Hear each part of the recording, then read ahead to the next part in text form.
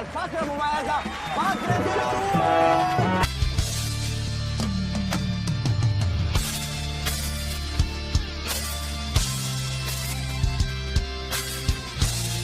ازيكم حبايب قلب القرد بيسو، وحشتوني جدا. انزل اعمل سبسكرايب وفعل زر الجرس وما تحطش كومنت غير لما تشوف الحلقة علشان شعر راسك هيشيب. يلا بينا.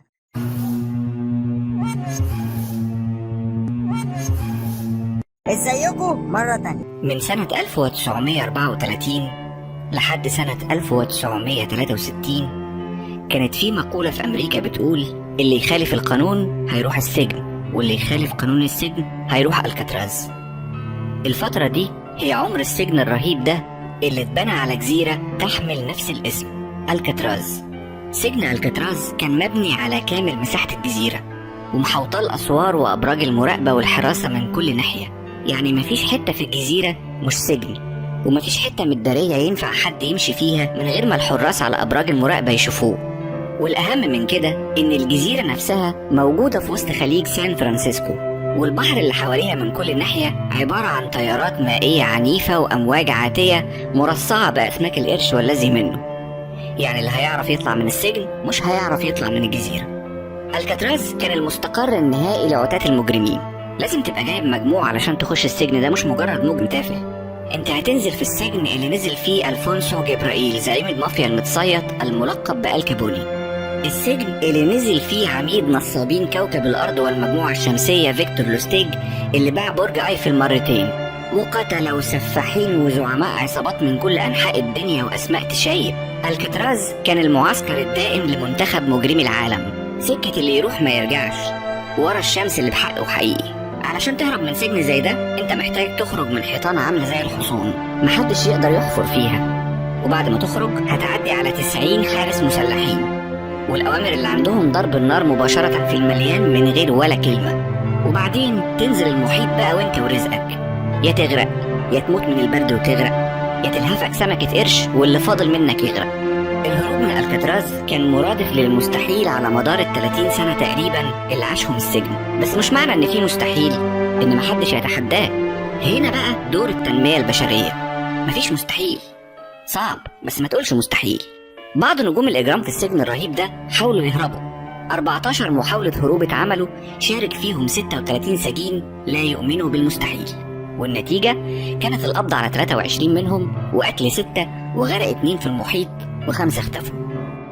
سنة 1946 قامت حاجة شبه الحرب المسلحة الفعلية بين الحراس والمساجين اللي قدروا فعلا يسيطروا على السجن، بس يا عيني بعد ده كله ملقوش المفتاح. وبعد 3 أيام الحراس استعادوا السيطرة بعد ما اتقتل منهم 2، وبعد ما قتلوا 6 من السجناء.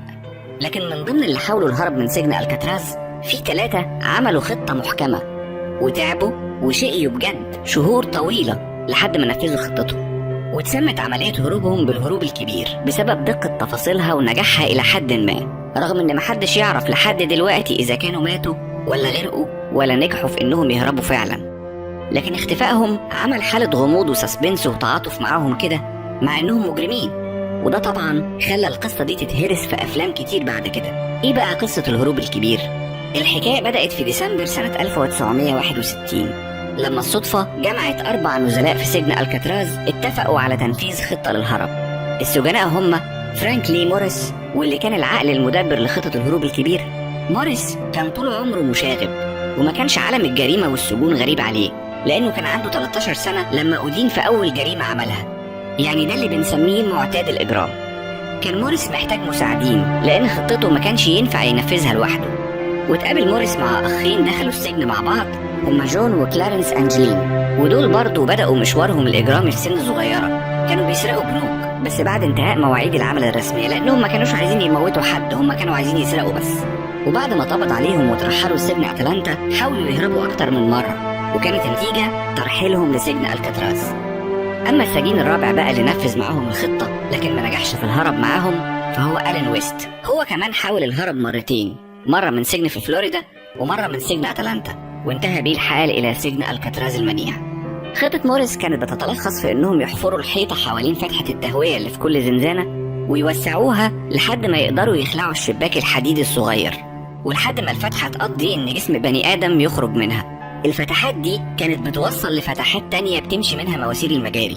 كانت الخطة انهم ينفدوا من كل الفتحات دي لحد ما يوصلوا لسطح المبنى، وبعدين ينزلوا منه ويوصلوا لشط الجزيرة ويستخدموا قوارب بتتنفخ هوا يعدوا بيها البحر.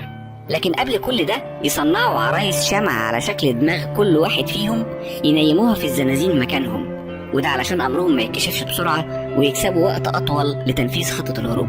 خطة قد تبدو بسيطة والبعض هيشوفها خطيرة ومجنونة، لكن ما كانش قدامهم غير إنهم ينفذوها بكل دقة وحذر لحد النهاية. السجن وقتها كان بيعتبر مصنع صغير بيعمل كل حاجة تقريبا للجيش الأمريكي، فكانوا المجرمين بتوعنا بيقدروا يحصلوا على المعدات من ورش السجن أو من أدوات الأكل أو أي حاجة تنفع، شوكة، سكينة، مسمار حتى. وعملوا فعلا العرايس من الشمع والصابون وغطوا راسها بالشعر اللي أخدوه من الأوضة اللي كانوا المساجين بيحلقوا فيها لحد ما بقت العرايس شبههم بالظبط. وقدروا يجمعوا قطع من الخشب من ورشة النجارة في السجن علشان يعملوا بيها الحامل الخشبي اللي هيعدوا بيه البحر واللي هيعوم على عوامات بتتنفخ هوا صنعوها من البلاط الواقية من المطر بعد ما قدروا يجمعوا 50 بلطو، إما بالاتفاق مع سجناء تانيين أو كانوا بيسرقوها. عملوا العوامات والباقي عملوا منه سترات نجاة. كل ده بقى هيتنفخ ازاي؟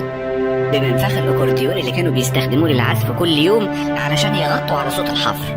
هو ده الفن لما بيبقى فن هادف. وجت ساعة صفر في ليلة 12 يونيو 1962 قرر موريس العقل المدبر إن ده وقت مناسب لتنفيذ الخطة. كل حاجة مشيت زي ما كانت مرسومة بالملي، ما عدا إن السجين الرابع ألين ويست فتحة التهوية في زنزانته ما كانتش واسعة كفاية، فاضطروا يمشوا ويسيبوه بيحاول لحد ما قدر يحصلهم. لكن لما وصل للشط ما كانش ليهم أي أثر، واضطر يرجع لأن عدة الهروب كلها كانت معاهم. لحد هنا نقدر نقول إن خطة الهروب من سجن الكاتراز نجحت لأول مرة في التاريخ، لأن المساجين خرجوا فعلا من السجن وعدوا من الحراسة وهربوا من الجزيرة، ومحدش عرف بهروبهم إلا تاني يوم الصبح لما الحراس اكتشفوا إن اللي في السراير دي رؤوس العرايس اللي معمولة من الشمع والصابون مش مساجين.